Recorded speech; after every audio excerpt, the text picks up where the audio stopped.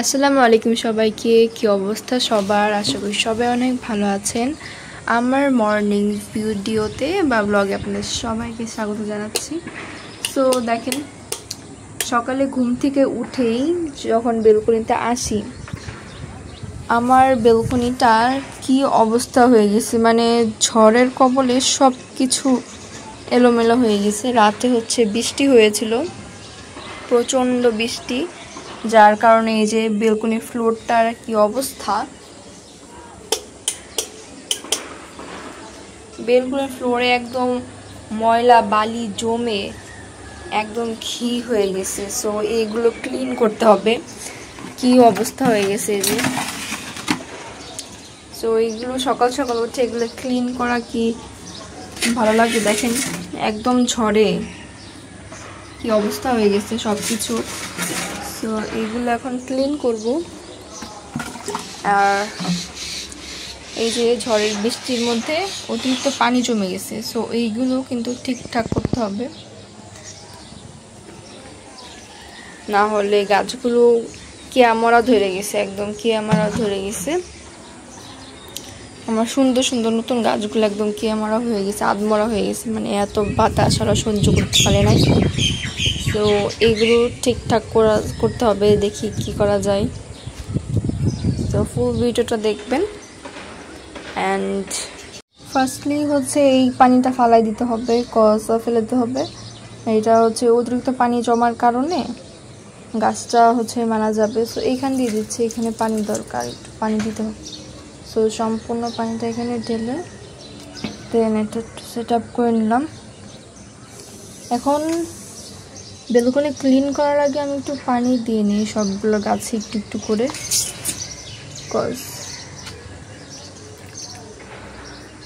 পানি না দিলে এইগুলো আরও আমি টিকাতে পারবো না। এর জন্য আগে পানি দিয়ে নিই একটু একটু করে, বেশি পানি দেবো না যেহেতু ঝড়ে পানি অলরেডি জমে গেছে। সো এই যে এই দুইটাই পানি আছে অলরেডি ঝড়ের পানি, সো এটাতে আর দিলাম না। সো যেগুলোতে নাই ওইগুলোতে একটু একটু পানি দিয়ে দিব, যাতে গাছগুলো একটু টিকাতে পারি। আর এগুলো সবে আমার অনেক শখের গাছ। তো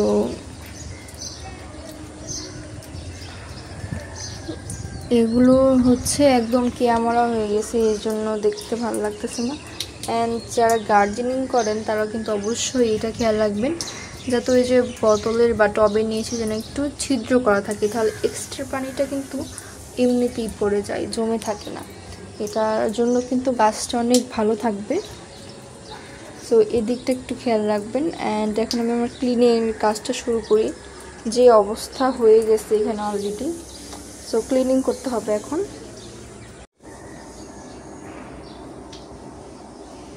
সো এই যে এটা দিয়ে ক্লিন করবো এখন, সম্পূর্ণ বেলকনি এটা দিয়ে এখন ক্লিন করে নিই।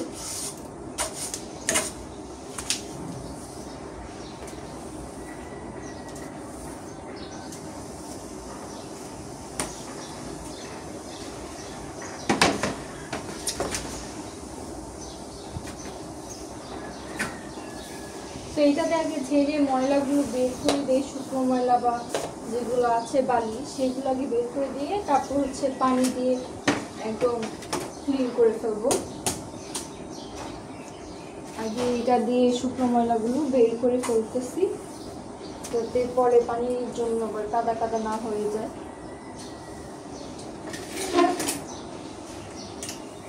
এত ময়লা জমেছে কি বলবো।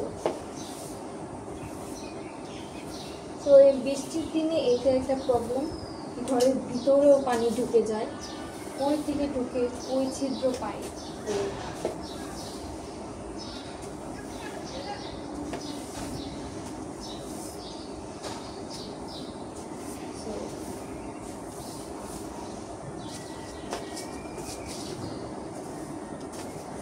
এই দেখেন এক গাঁটি ময়লা জড়ো হলো। সো এই ময়লাগুলো ফেলে দিতে হবে, ফেলে দিয়ে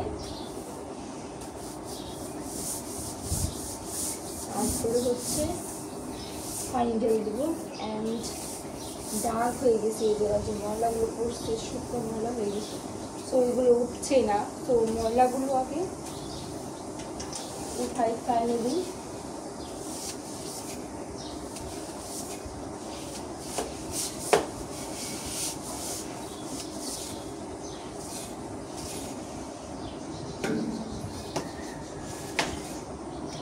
সো এই যে মোটামুটি এটা ক্লিন করা শেষ।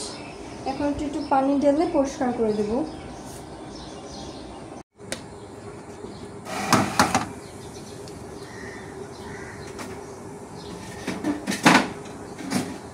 তো এখন হচ্ছে গিয়ে পানি ঢেলে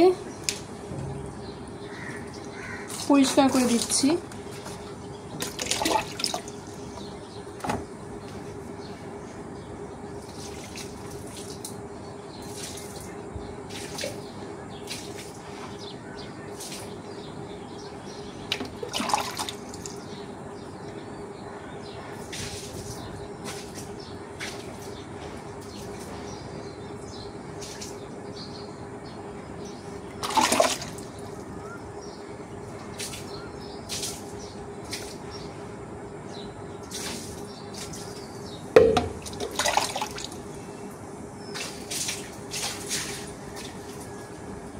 এত ময়লা হয়েছে গাইস, মানে ঝড়ের দিনে এটা একটা সমস্যা,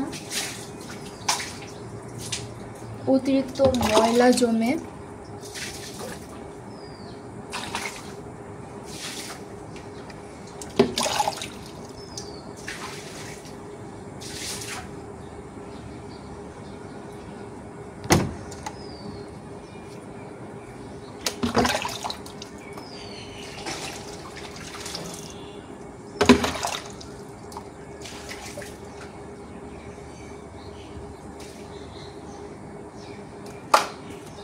সো এই তো আমার balcony totally and finally clean করা শেষ। সো এখন দেখেন কতটা সুন্দর লাগছে অ্যান্ড কতটা ক্লিন লাগছে, মানে টিকটিক করতেছে ফ্লোর। সো আমার একদম অপরিষ্কার পছন্দ না। সো আমি সবসময় চকচকা রাখি। দেখেন কতটা সুন্দর হয়েছে, এখন কতটা ক্লিন লাগছে। অ্যান্ড এই যে আমার গাছগুলো এখন আস্তে আস্তে সব কিছু যেন সুন্দর হয়ে আবার যেন ফুল টুল দেয়, এইটাই এখন। সো এখন কিন্তু আসলে এখানে বসে থাকতেও ভালো লাগছে, ক্লিন করা যেহেতু আছে এখন। সো সবাই কমেন্ট করে জানাবেন আজকে আমার ব্লগটা কেমন লাগলে, অ্যান্ড অবশ্যই লাইক শেয়ার সাবস্ক্রাইব করবেন, অ্যান্ড ফেসবুক পেজটা ফলো দিয়ে যাবেন। সবাইকে আজকে এখানেই বিদায় দিচ্ছি আজকের ব্লগটা। সো সবাই ভালো থাকবেন, সুস্থ থাকবেন। আল্লাহ হাফেজ।